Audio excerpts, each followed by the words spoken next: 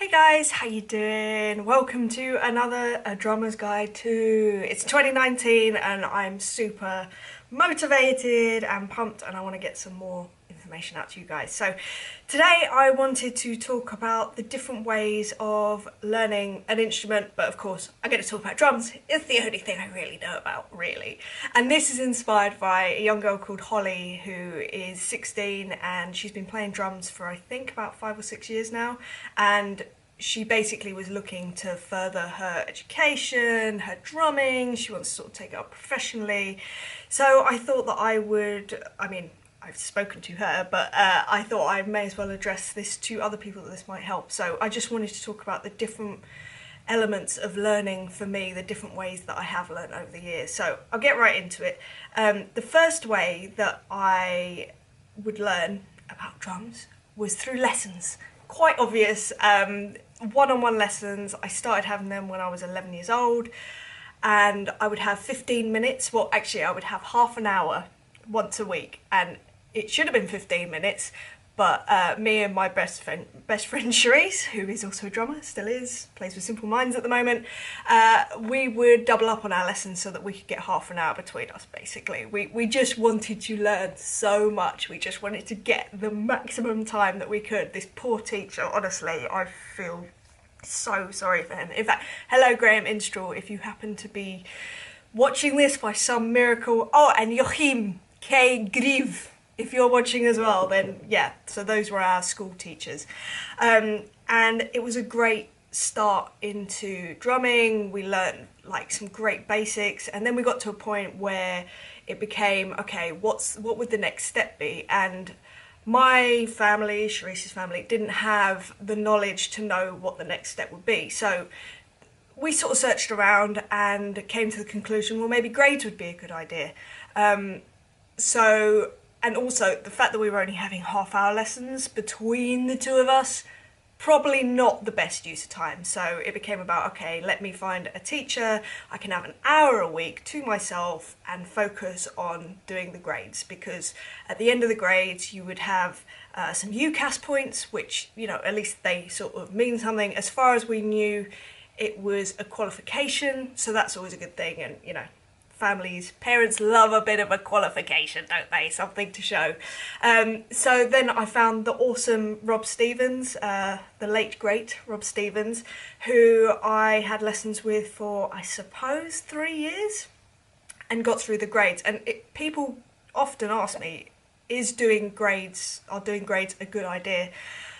I think personally, they definitely serve a purpose. Looking back, I would still do them again, 100%, but probably with different reasons. I think they're great for the discipline of learning something and then working towards it. So if anyone doesn't know about drum grades, I did the Trinity Guildhall grades. So you learn 2 pieces that you have to play, and then you go in and you have a few tests, like they would test you on time signature. They would play a song that you would then play along to. The examiner will play piano and you play along with them. I think that's it. I'm sure that there's... Oh, and rudiments. That's the other thing that you have to learn. So it was a really great foundation, not just of things like reading music. Oh, and a sight reading piece. That was the bit that always scared the bejesus out of me. Still does to this day. Sight reading, if you want to see me vulnerable, sight reading. I don't think I'm as bad as I think I am, but I think I'm pretty bad. Anyway, so yeah, I think it's great for that sort of foundational level knowledge. Like I say, rudiments, anything that is covering rudiments, and as I say, you have something to work towards. You have to be at a certain level to pass, so you have to learn this stuff. And yeah, it was just a great sort of foundation, so I think that was really good. Moving on from that, once I'd finished my grades, I think I finished my grade 8 at 15, I thought, okay, well now I need practical elements, practical skills for the real world. And I decided to move to a drum teacher called Mike Dolbear, who I'm still with. You're never going to get rid of me, Mike. I'm really sorry about that. I got my foot in the door and I'm still there 15 years later or whatever, so sorry about that. And Mike was great. He still is. He's amazing at pinpointing, you know, your weaknesses and making them stronger, and he's a phenomenal teacher. So but that really works for me. It's that one-on-one kind of pinpointing, and I mean, it's scary sometimes, and it can be, well, depending on your teacher, because I was going to say it can be debilitating, but it's not, because although you're shown where your weaknesses are, the amount of support that you get in developing those is immense, especially when it comes to Mike. I think he's one of the world's greatest teachers, but that's just me. Actually, that's not just me, that's many people, but yeah, that's how I feel about it. So that is the first kind of like blanket subject. I think getting lessons is a great thing. It can be frightening, I suppose, doing the one-on-one thing, because it is a microscope on your playing. If you can get past that and work through that, it's so beneficial. The other thing you can do, if you're not quite ready to jump into that, maybe drum courses. I also go on drum courses whenever I can. So Mike Dolan runs one, Ultimate Drum Experience, which is a week long. There's another one in the UK called the Freddie G Drum Academy, I think it's called, which again is 5 days long. And there'll be a plethora, isn't that a great word? Plethora of different drummers on those courses, so you can get, you know, they'll all be teaching different things, you can get different skills from different drummers, and you can kind of see what kind of personality you connect with, because that's the other thing, you've got to get the right sort of personality for you. Not one drum teacher isn't going to work for everyone. For instance, if I had a drum teacher that wasn't happy that I spoke so much, then that probably wouldn't work for me. But luckily, like I said, I've got Mike, so it's all good. So lessons, I think that's a really good thing to pursue if you want to advance in your ability. The next thing that I'd say to go to is live shows. That can be live gigs, that can be drum clinics or masterclasses where a drummer literally will play for, I don't know, an hour and a half, and sort of put across their message, their feeling, their theory about something, their approach. You know, very, very interesting. And also interesting because there's obviously tons of other drummers there, so it's great to meet people as well, meet other drummers, which I think is a great thing to do. Now with the internet, I mean, honestly, back in the day, I mean, this didn't stop me, but these days, it's so good. So the other day, I went and saw this band called, artist called Moses Sumney, and by the other day, I mean like 3 months ago, and it was down on the South Bank, and his band, well, he was incredible. His band were also incredible. And I was just looking at the drummer and I was like, I don't know you. And I really want to. I want to be your friend. This is, by the way, any drummers that I know that I've done this to, I'm so sorry. I just can't help it. So I would just be like, I need to know who you are. I have to know. I need to know more about you. I need to hear more of your playing. His groove was amazing. His touch was amazing. His subtlety was incredible. His ability was clearly insane, but he had the maturity to hold it back and play for the song. And anyone that does that, I am just like instantly in love with. And it was the same with this guy. So, joys of the internet. Well, some people may have seen this. I put up a picture of him and I just said, who is this drummer? I need to know, because I couldn't find him. I was looking on social media, I was looking just on the internet, on Google. I was doing all that. I was looking up his different companies he was playing. I was like, I don't understand. And luckily someone did come back to me and say, I think it's this guy. B. Coombs is what he is on Instagram. And he is amazing. So next step for me, of course, not enough just to see that, oh, this is the guy. Okay, I've got to reach out to him. So first thing I always do is look at whatever drummer, the companies that they're playing. And if I play the same company, and I'm not talking about if I'm necessarily endorsed by them, but if I just play them, like for instance, Vic Firth. I've always played Vic Firth ever since I was a kid. Admittedly, that my first sticks were like one pair of Veta, tried them, didn't like them. One pair of Regal Tip, didn't like them. So since I was probably about 12, Vic Firth.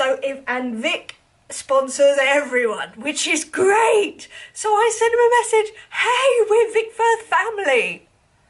There we go, conversation started. And I do that in life as well. So drum clinics, I'm exactly the same. In fact, I won't say what I was doing, but I was at something the other day and I had it in my head that this certain drummer was going to be at this event, and I just had it in my head, right, they're going to be my new best friend, and that's that.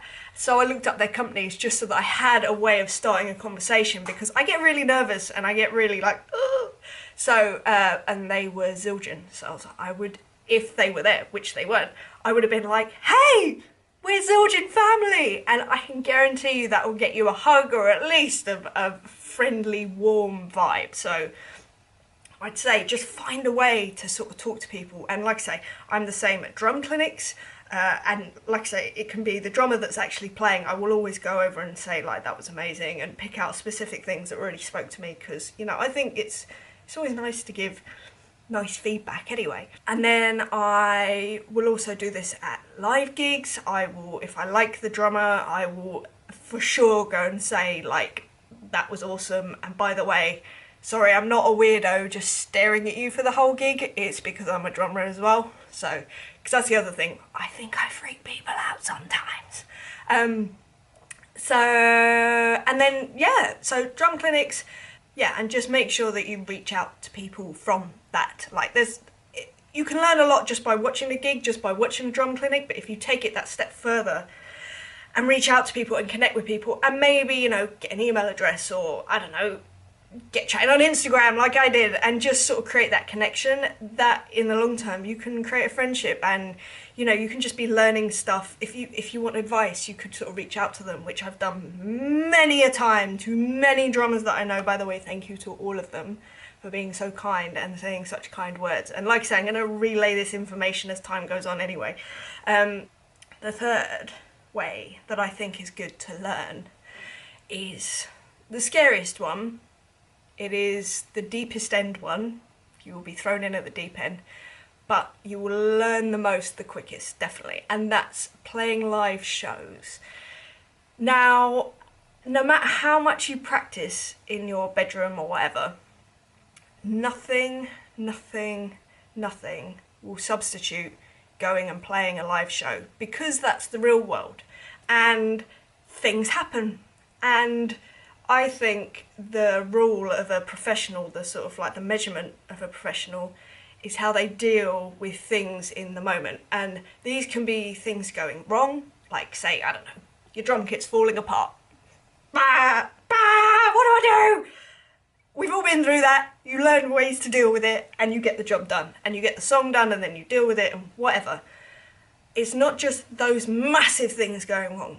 It's also things like locking in with another musician.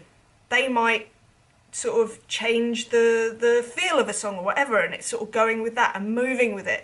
Or maybe it's sort of like keeping the time when the singer wants you to speed up, and you're like, no, we're staying here, just, you know, they're rushing, and you're like, right, let's just try and pull these people together, relax, creating a relaxed environment. These are all things that you only really can learn when you're on a gig, in the moment. The nerves are flying, the adrenaline's pumping, and yeah, there's nothing that can really substitute that kind of learning.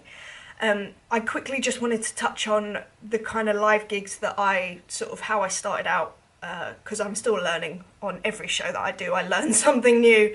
But the way that I started out playing live was I started out going to local blues jams once a week. So there were two specific different ones that were in North London when I was growing up. One at the Fountain, one at the Three Compasses. Shout out to any of those guys that might be watching this. Alan Savage might be. I think that's the only person. Maybe Eddie Angel as well. But yeah, so that was a massive learning curve, playing with complete strangers, being put on the spot. All you know is that, okay, it's a shuffle in A. Obviously the A, don't care about the A. The shuffle though, I care about that. So okay, let's go. And moving with people and locking everyone in as best you can. That kind of lesson is, honestly, after one blues jam, your skill set will go up by, like, I don't know, 30%. I'm just making up numbers, but it's good. So, and exponentially it will go up as well. And then after that, well, not after that, as well as that, at the time I was playing in school bands. Like, basically every musician that had a GCSE piece to do or an A-level piece to do, I wanted to be the drummer playing for them, and it ended up being either me or Charisse, or sometimes both of us.